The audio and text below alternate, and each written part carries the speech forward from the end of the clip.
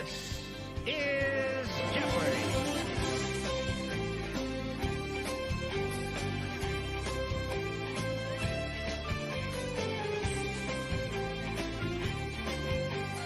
And now, here is the host of Jeopardy!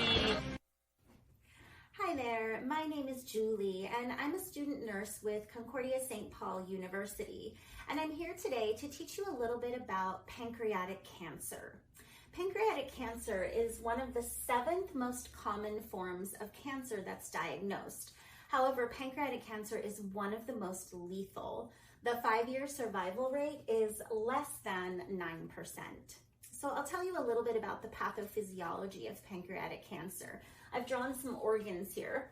Here's our liver, and we've got the gallbladder. This is where we store bile. And this kind of long, skinny organ is the pancreas. And the main job of the pancreas is to secrete digestive juices into the body through this pancreatic duct. So you can see it's near the stomach and it's near the small intestine.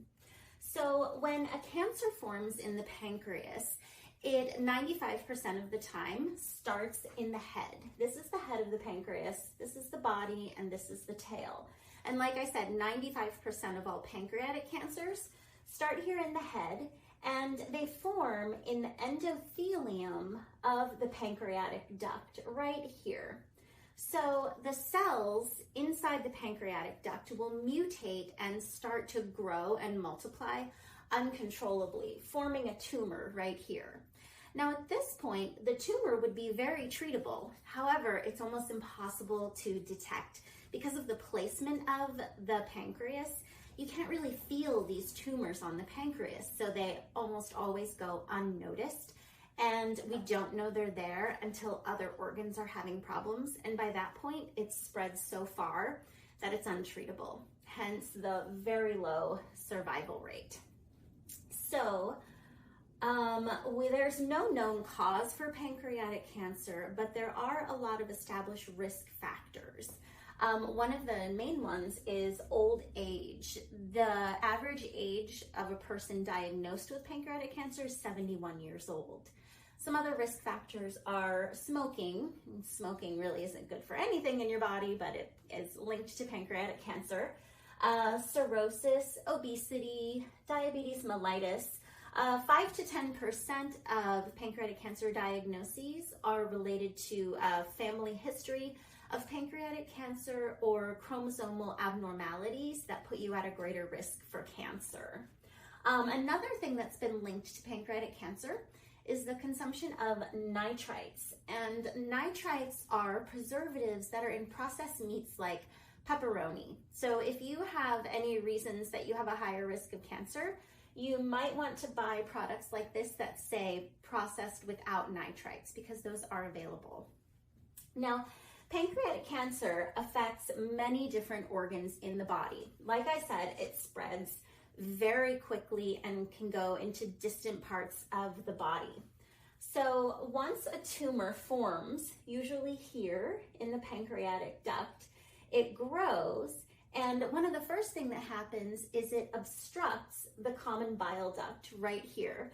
And when that happens, the bile can't flow through this duct as it should. So bile will back up here in the gallbladder. And when that happens, you get an accumulation of bile salts, which can make you really itchy, and also the formation of gallstones. And also when this common bile duct is blocked, it causes a backup of bile into the liver, which causes an accumulation of bilirubin in the bloodstream, leading to jaundice. And jaundice is often one of the first presenting signs of pancreatic cancer. The tumors can also grow here around the portal vein, and when that happens, it can cause portal vein hypertension, which has a host of problems. One of the main ones is ascites, which is an accumulation of fluid around the abdomen. When pancreatic cancer cells infiltrate the superior mesenteric artery here, or they can also infiltrate the aorta and the vena cava, which are up here by the heart, When that happens, a person is at a greater risk for blood clots. So that's when we see things like migratory thrombophlebitis, venous thrombosis, DVT, pulmonary embolism. People are at a greater risk for that once the cancer has spread into these main arteries. And like I said, it can go far and wide into the lymph nodes. And once that happens, there's very little we can do to treat it. So that's some basic information about pancreatic cancer. So now let's test your knowledge and play some Jeopardy! We're here with a special nursing student edition of Jeopardy! We have our nursing students, Julie and Robert, here with us, and we're going to go ahead and start with Robert. I'll take risk factors for 100. Age is the predominating risk factor for pancreatic cancer. This is the average age of diagnosis. What is 71? That's right. What is 71? All right, and we'll pass it on over to Julie. I'll take signs and symptoms for 100, please. If bile has backed up into the liver, a patient may present with this symptom. Ding! Go ahead, Julie. What is jaundice? That's right. Good job. These nursing students really know their stuff. All right, Robert, your turn. Okay, I'll do patho for 100. Cancer of the pancreas can arise from these two predominant types of cells. Ding. What are exocrine or endocrine cells? That's right. What are exocrine or endocrine cells? Julie, your turn. I'll take assessment for 100, please. The nurse is assessing a client with complaints of vague upper abdominal pain that is worse at night, but relieved by sitting up and leaning forward. What assessment question should the nurse ask next? Ding! Yes, Julie. Does the pain get worse when you eat? That's right. Does the pain get worse when you eat a meal or a snack?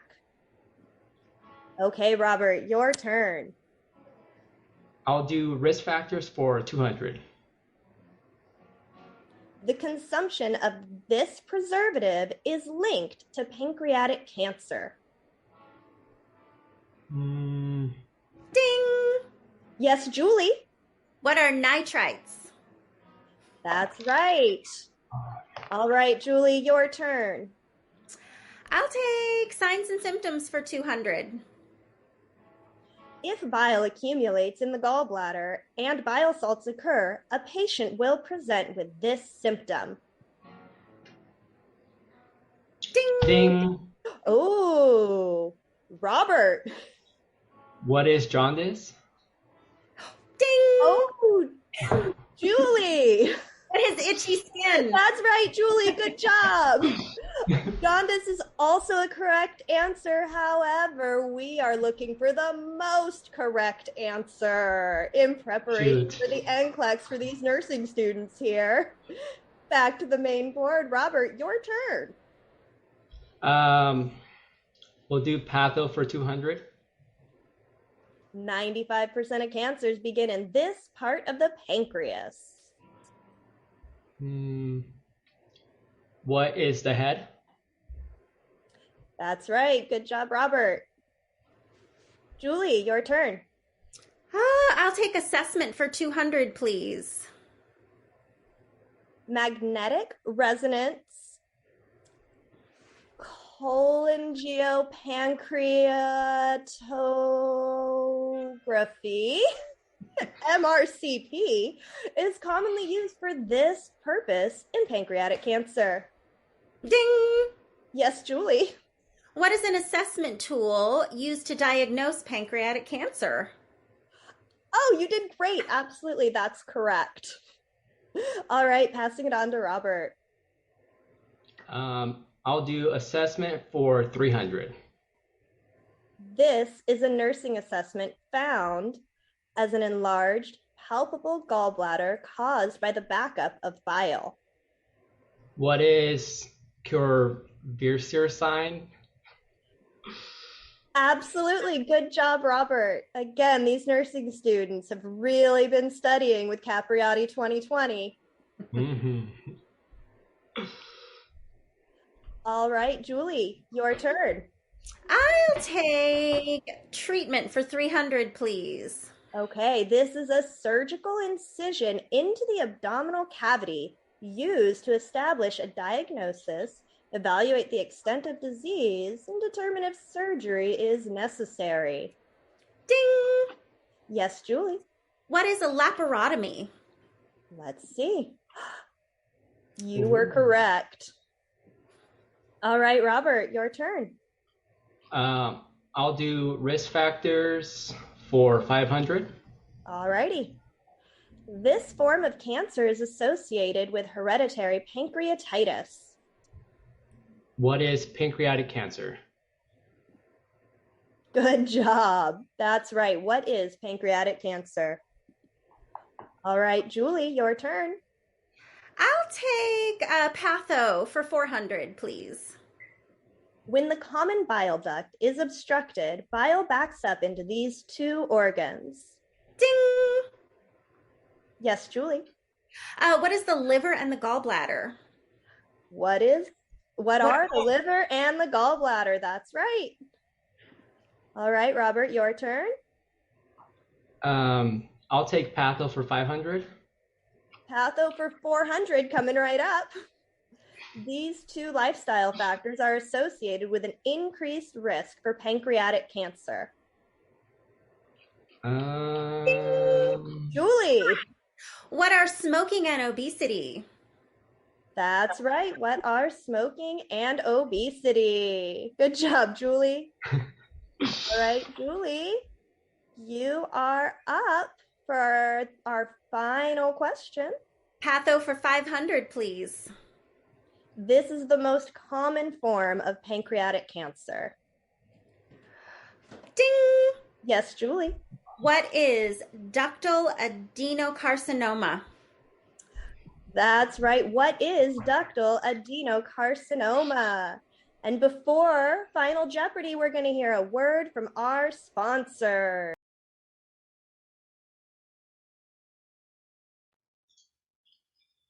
Hey guys, Nurse Mike here, and welcome to simplenursing.com. We have two NCLEX questions on pancreatic cancer from our 10,000 review question bank. So let's start off with the first one. First, the nurse is planning a program for clients at a health fair regarding the prevention and early detection of cancer of the pancreas. Which self-care activity should the nurse teach that is an example of primary nursing care? Okay, before we start looking at the answers, we need to make sure what we know the question is asking for. We're looking for primary prevention. Okay, so let's start off with A, monitor for elevated blood glucose at random intervals. So this could be done at a healthcare and can pick up signs of diabetes mellitus or the presence of pancreatic tumor. But detecting a disease at an early stage is an example of secondary prevention, not primary prevention, what the question is asking for. B, inspect the skin and sclera of the eyes for a yellow tint. Checking for jaundice would be a secondary nursing intervention. So no, B cannot be the answer. We have C, limit meat in the diet and eat a diet that is low in fats. This is a great example of primary prevention. So it can possibly be C. And then D, instruct the client with hyperglycemia about insulin injections.